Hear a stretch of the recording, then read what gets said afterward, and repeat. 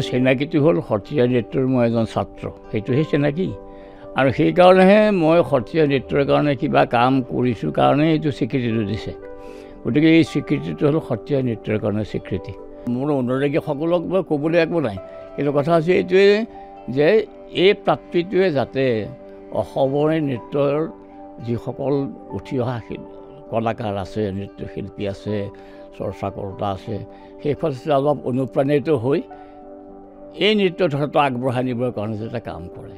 দূৰদৰ্শনৰ জৰিয়তে নিশ্চয় ক'বলৈ বিচাৰিম, সেইটো হৈছে কি যে অসমৰ সত্ৰীয়া নৃত্যৰ আগতে, স্বীকৃতি পোৱাৰ আগতে ভাৰতবৰ্ষৰ আৰু 7টা নৃত্যই স্বীকৃতি পাইছিল।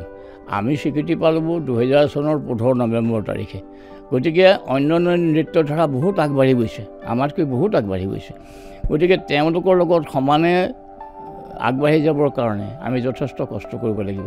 আৰু তাৰ কাৰণে উঠি অহা প্ৰজন্মই যথেষ্ট কষ্ট কৰি, ত্যাগ কৰি যাতে কামত আগবাঢ়ে, সেইটোকে মই তেওঁলোকক আহ্বান জনাইছোঁ।